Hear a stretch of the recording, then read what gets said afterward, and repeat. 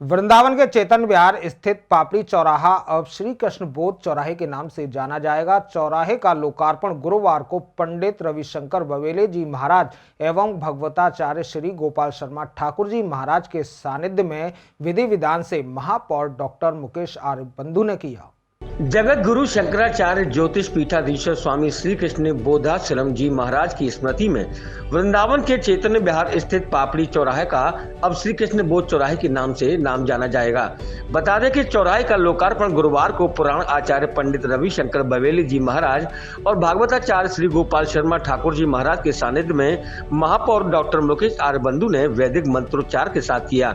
इस अवसर पर पंडित रविशंकर बवेले जी महाराज और भागवताचार्य श्री गोपाल शर्मा ठाकुर जी महाराज द्वारा कार्यक्रम में आए तमाम गणमान्य लोगों को इस पुनीत कार्य में सहयोग करने के लिए सम्मानित किया। इस मौके पर प्रमुख रूप से भाजपा नेता योगेश आबा, भाजपा की महिला मोर्चा की जिला अध्यक्ष मुदिता शर्मा, किशोर पचौरी, अच्युत कृष्ण पाराशर, आशीष माहेश्वरी आदि मौजूद रहे। एक बहुत दिनों से यहाँ के लोगों की पूजनीय महाराज श्री की एक मांग चल रही थी कि इस चौराहे का नाम जरूर दिया जाए, क्योंकि इसको पुराने समय से पापड़ी चौराहा कहते थे।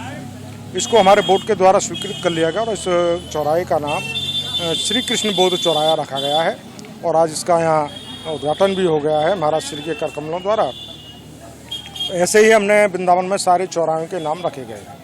तो सारे चौराहों का जहाँ कोई पूज्य बाबा श्री थे या कोई विख्यात नाम था, उसी तरीके से हमने सारे चौराहों के नाम कर दिए और बहुत जल्दी आपको ये देखने को मिलेगा। आज से यहाँ से ये उद्घाटन चालू हो गया है। बहुत अच्छा है, इससे एक शुभ संदेश होगा जनता के लिए और किसी महापुरुष मुनि के नाम से स्थान का नाम ऐसा रखा गया है। भारतवर्ष के बहुत बड़े विद्वान संत थे और वो वृंदावन के ही जन्मे हुए, यहाँ छाहरी में जन्म हुआ था।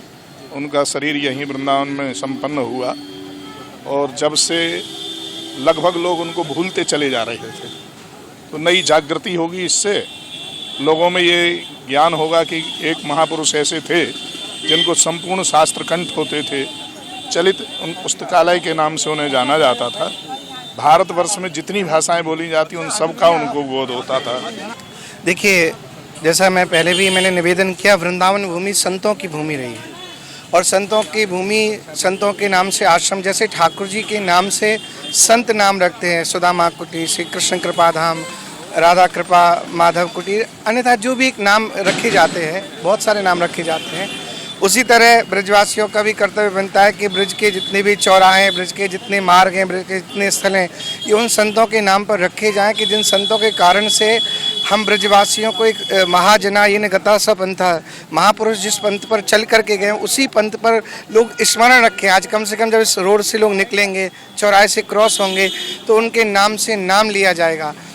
जब मेयर साहब के लिए एक पत्र हमने दिया तो जगत गुरु शंकराचार्य श्री कृष्ण बोध नाम से यहाँ हुए थे, उनके नाम से इस चौराहे का नाम श्री कृष्ण बोध चौराहा आज रखा गया है।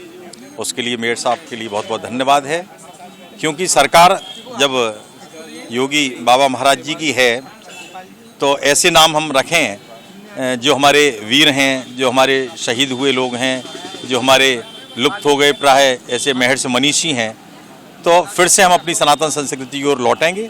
देखिए, ये वृंदावन है, भगवान श्री कृष्ण की स्थली है और मेरा तो यहाँ के जो वरिष्ठ आयुक्त जी हैं, मेयर साहब, उनसे निवेदन है कि वृंदावन में, खासकर वृंदावन में हर चौराहों का निरीक्षण किया जाए और जिन चौराहों का नाम उल्टे सीधे रखें, जैसे इसका नाम पापड़ी चौराहा था, आप लोग सब जानते हैं, तो इनका नाम आज कृष्ण के ऊपर रखा गया है। बहुत अच्छा लग रहा है, ताकि लोग जब एक दूसरे से किसी से बोले तो नहीं हमको उस मार्ग पर जाना है, तो इससे लगे कि हाँ वृंदावन है। इस नाम से ही वृंदावन का बोध होता है, लोगों में आस्था जगती है, आस्था के कारण ही दूर देश से लोग यहाँ पर आते हैं, तो ये बहुत बड़ी बात है। प्रीमियम क्वालिटी सम्राट केसरी सुपारी, जिसके जायके में है सुगंध और भरपूर ताजगी का एहसास।